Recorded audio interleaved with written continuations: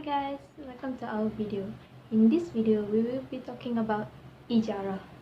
Before we get started, let me introduce to you guys our group members. The first group members would be me, myself, Razan Izzati Binti Rodziman. We have Nurul Najwa Binti Abdul Rahim and also Nurul Najwa Binti Johari. So without further ado, let's get started.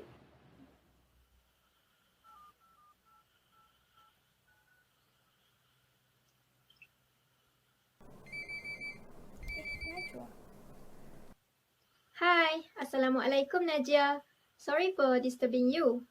I just want to ask you something about Ijarah. As I know, you have been working at Islamic banking, right? Waalaikumsalam Najwa. Yes, I've been working with Islamic Bank for about 6 months ago. What do you want to know about Ijarah, Najwa? Actually, I am interested about leasing from Islamic Financial that we know as Ijarah contract. Can you explain to me what is Ijarah actually? Okay Najwa, let me explain the definition of Ijarah for you. Definition of Al-Ijarah. From literary, Ijarah means compensation or sale of usufruct. From technically, Ijarah is a contract of purpose and non-usufruct with a specific and lawful return or compensation for the effort or work which has been expended. Another definition of Ijarah, it is used to express the sale of non-benefit in return for its non-equivalent. Oh, but Najia, I still do not understand. I mean, how it works, what is the pillars, and also what is the condition that need to be fulfilled. Okay, let me explain further. There are 5 pillars of Al-Ijarah.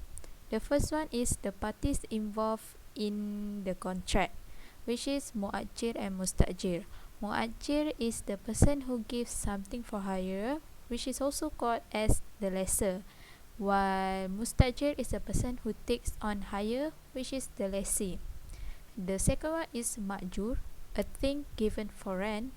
The third one is al-manfa'ah, which is the benefit from a thing, or we can also call it as usufruct.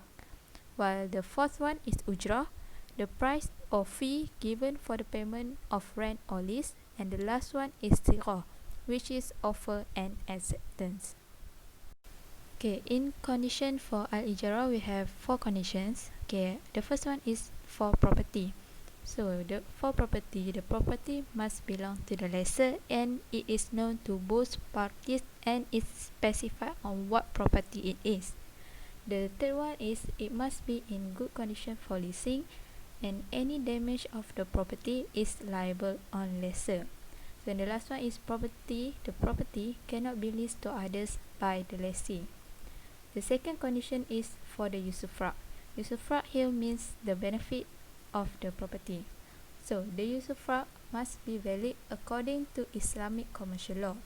The usufruct can be used by the lessee during the leasing period. The usage of property must be made clear in the contract in order to avoid argument between both parties. The usufruct does not entitle for the lessee to own the property. The usufruct also can be valued with money. The third condition for ijarah is condition for payment. The amount of rent payment must be known by all parties.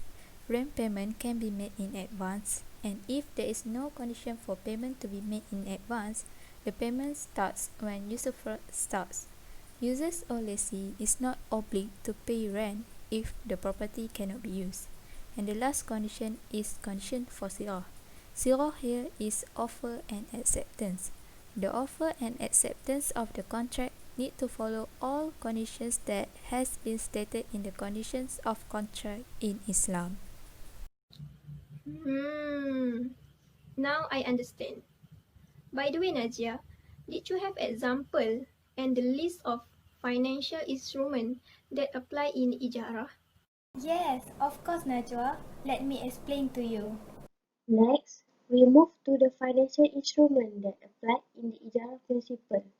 In the financing purpose, the financial instrument that have been applied is simple ijarah, al-ijarah summa al-bai', that is known as ITA, musyarakah mutanakisah, and ijarah-based credit card that only restricted to leasable item.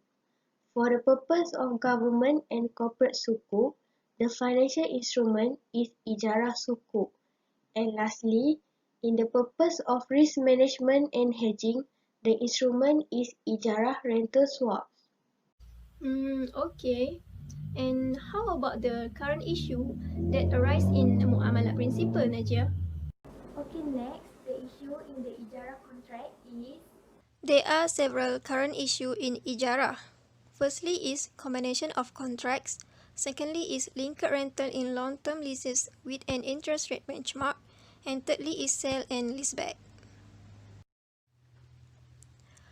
For the combination of contracts, Muslim jurists rule that it is not permissible to tie one transaction with another so as to make the former a precondition for the others.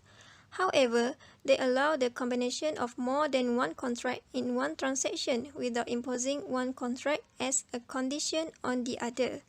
Therefore, the lessor may also enter into a unilateral undertaking to sell the leased asset to the lessee at the end of the lease period. This undertaking shall be binding on the lessor only. Linked rental in long-term leases with an interest rate benchmark. Muslim jurists agreed that the lessor in a long-term lease may stipulate a condition that the rent shall be increased by a certain percentage. For example, 5% after a specific period. The lessor may also tie the rent amount with other well-defined benchmarks, such as linking the increment or decrease in rent to the rate of government taxes or the inflation rate. The jurists, however, disagree on tying the rental with an interest rate benchmark, such as the LIBOR. Those who oppose tying ijarah rental to an interest rate benchmark argue that the transaction is rendered akin to interest-based financing.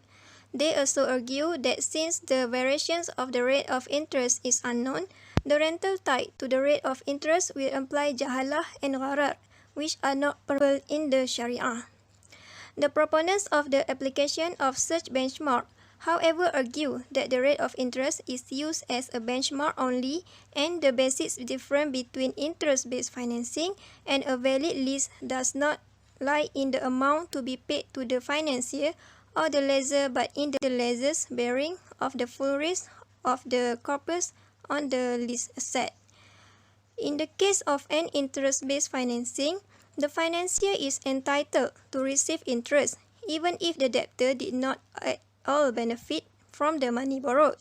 As for jahalah, they argue that it has been prohibited because it may lead to a dispute between parties, and there is no dispute in this case because the parties initially agreed with mutual consent. The accounting and auditing of Islamic financial and other scholars agree with applying the interest rate benchmark subject to a limitation on both maximum and minimum levels. Oh, now I really understand about ijarah. Thank you, Najia, for the explanation. See you again. Assalamualaikum. small matter, Najwa. I hope you understand clearly. See you again, Najwa, and Waalaikumsalam. That's the end of our video. I hope you guys enjoyed watching it, and thank you for watching it from the very first beginning until the end. Hope to see you guys soon. Bye.